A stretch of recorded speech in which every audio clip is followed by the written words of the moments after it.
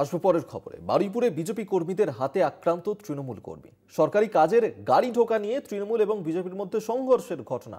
SIR চলাকালীন রাজনৈতিক অশান্তি, তৃণমূল কর্মীর ওপর হামলার অভিযোগ বিজেপির বিরুদ্ধে।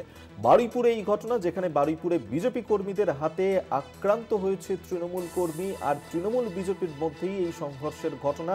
সরকারি কাজের গাড়ি ঢোকা নিয়ে তৃণমূল এবং বিজেপির মধ্যে সংঘর্ষের ঘটনা ঘটেছে।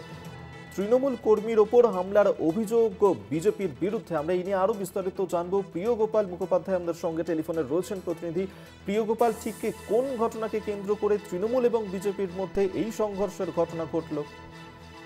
একদম দেখো যে পিয়ালি এলাকায় সরকারি কাজের জন্য গাড়ি ঢুকছিল, আর সেই সময় 3 বিজেপি কর্মী এসে গাড়ি আটকায় এবং তারা মদ্যপ অবস্থায় ছিল, এমনটাই অভিযোগ করছে ওই আহত তৃণমূল কর্মী।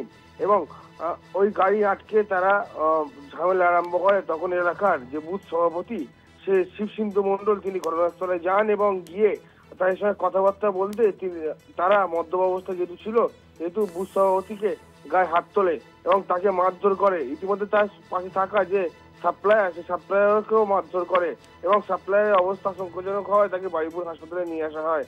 মূলত মেন কারণ হচ্ছে সরকারি কাজের গাড়ি ঢোকা নিয়েই কিন্তু এই ঝামেলা।